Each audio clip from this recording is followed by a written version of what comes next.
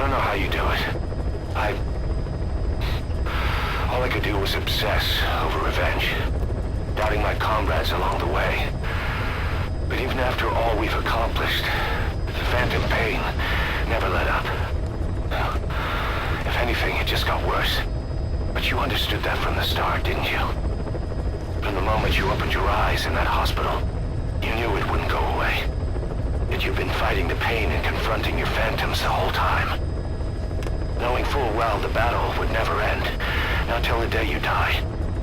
I respect that now, more than ever. It's an honor and a privilege, Big Boss.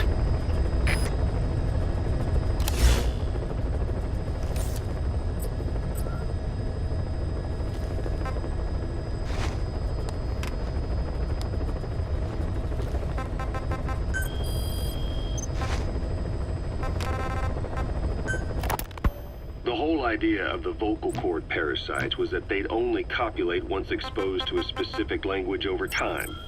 But the parasites infecting our men in the laboratory laid their eggs straight away. The larvae were eating their lung tissue almost immediately. What kind of mutation was it? Those who were infected and cured still carried the vocal cord parasites in their throats. They were still there, but the males had been rendered female by the Volbachia, and copulation could not occur. So we thought, but it is the Volbachia that mutated. Not the parasites? You remember I told you the Volbachia attempts to maximize its number of female infected hosts? Yes, hence the male-to-female transformation. Precisely. But other Volbachia strains use different methods. Cytoplasmic incompatibility, killing the males, and parthenogenesis. Parthenogenesis? Aphids? Aphids use that to reproduce via females only. Very good. The females lay their eggs without a male present, creating clones of themselves in explosive numbers.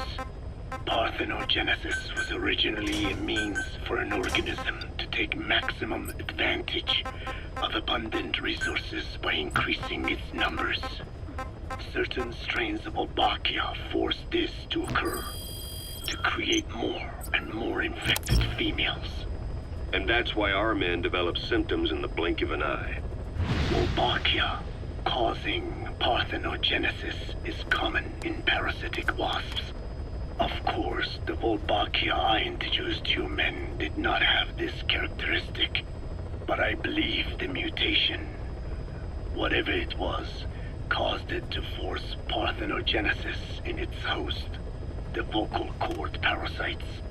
The Volbachia we used to prevent egg laying became the agent of limitless reproduction. There's something else. The symptomatic infected in the laboratory all wanted to get outside, even knowing there was napalm waiting for them out there. You said the parasites made them act that way, but parasites controlling humans. Is it possible? Parasites altering the host's behavior is a common occurrence in the world of nature. Long ago, the vocal cord parasites had this ability. But even I never foresaw they might control humans. Until I heard the things your man said. You mean the researcher on the top floor? The bit about, I'm not a snail. Yes. Among parasitic worms, there is a genus called Leucochloridium that uses snails as intermediary hosts. As you know, snails prefer dark, gloomy environments. But once parasitized by Leucochloridium, they desire to be in the light. And that is not all.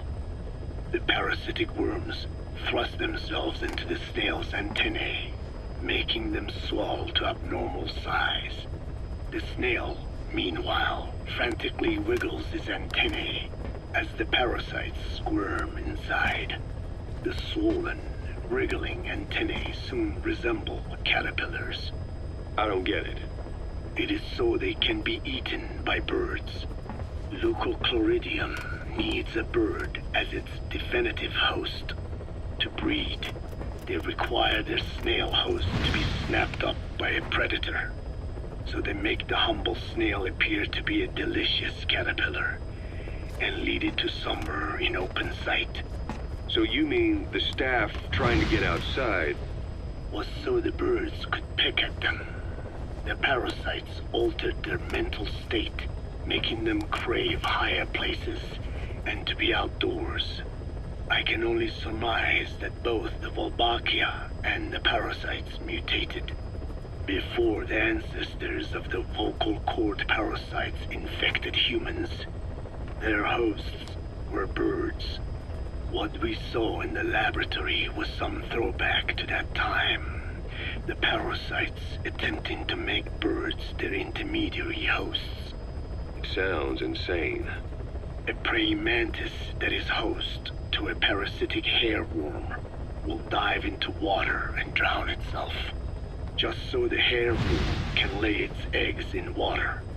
Rats infected with Toxoplasma gondii lose their instinctive caution and run right up to cats.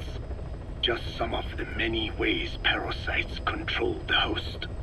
But we're humans. Surely our minds are too complex for that. I thought just the same.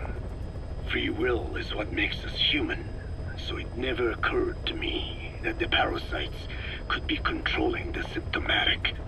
But the mood, the will of a person can be easily affected by the balance of their cerebral substances.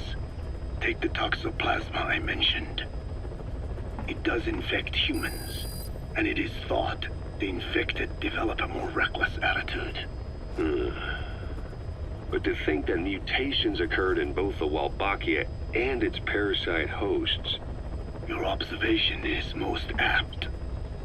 Both mutations occurring at once indicates the presence of a powerful mutagen. I see. Keep working on narrowing down what it was.